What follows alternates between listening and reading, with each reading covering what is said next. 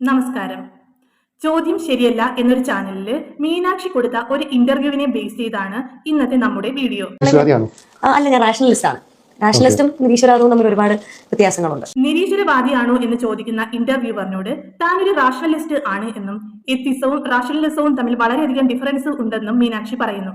ശരിയാണ്, റാഷണലിസവും എത്തിസവും രണ്ടും രണ്ടാണ്.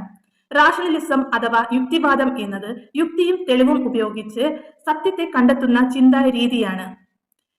എത്തിസം അഥവാ നിരീശ്വരവാദം എന്നത് ദൈവം, ദേവതകൾ, ആത്മാവ്, പുണ്യം, പാപം, നരകം, സ്വർഗം തുടങ്ങിയ ഒന്നിലും വിശ്വസിക്കാതിരിക്കുന്ന ഒരു നിലപാടാണ്. റാഷണലിസ്റ്റ് ആണ് എന്ന് പറഞ്ഞതിന് ശേഷവും ഇന്റർവ്യൂവർ ദൈവവിശ്വാസമുണ്ടോ എന്ന ചോദ്യം ആവർത്തിക്കുന്നു. ആവർത്തിച്ചിട്ട് തന്നെ താൻ ഒരു റാഷണലിസ്റ്റ് ആണെന്ന് മീനാക്ഷി മറുപടിയും പറയും. പിന്നീട് മീനാക്ഷി ഇന്റർവ്യൂവറിനോട് എത്തിസവും റാഷണലിസവും തമ്മിലുള്ള വ്യത്യാസം അറിയാമെന്ന് ചോദിക്കുകയും അറിയാമെന്ന് പറയുന്നതിന് പറയൂ എന്നും പറയുന്നു. അങ്ങനെ അവിടെ ഇന്റർവ്യൂവർ വളരെ സിമ്പിൾ ആയിട്ട് ഇതിനെക്കുറിച്ച് പറയുന്നു.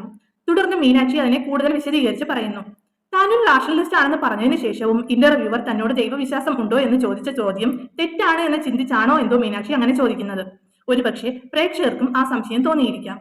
എന്നാൽ ഒരു റാഷണലിസ്റ്റിനോട് ദൈവവിശ്വാസം ഉണ്ടോ എന്ന് ചോദിക്കുന്ന ചോദ്യം തെറ്റല്ല. കാരണം റാഷണലിസ്റ്റുകളിൽ ദൈവവിശ്വാസികളും നിരീശ്വരവാദികളും ആഗ്നേയവാദികളും ഉണ്ട്. ഇതിൽ ആദ്യത്തേത് നിരീശ്വരവാദികളാണ്. അത് നമ്മൾ നേരത്തെ പറഞ്ഞു. അടുത്ത ആഗ്നേയവാദികൾ. ആഗ്നേയവാദികൾ എന്ന് പറയുന്നത് ദൈവം ഉണ്ടോ ഇല്ലയോ എന്നത് അൺനോൺ ആണ് എന്ന് വാദിക്കുന്നവരാണ്. അടുത്തതായി ദൈവത്തിൽ വിശ്വസിക്കുന്ന യുക്തിവാദികളും. ദൈവത്തിൽ വിശ്വസിക്കുന്ന യുക്തിവാദികൾ എന്ന് പറയുന്നത് യുക്തിക്ക് പ്രാധാന്യം നൽകിക്കൊണ്ട് തന്നെ ദൈവത്തിൽ വിശ്വാസം പുലർത്തുന്നവരാണ്. ഇവർ മതഗ്രന്ഥം, അമാനുഷിക ശക്തി അങ്ങനെയുള്ള അന്ധമായതൊന്നും സ്വീകരിക്കുന്നില്ല. അതുകൊണ്ട് ആ ചോദ്യം ഒരു തെറ്റായ ചോദ്യമല്ല.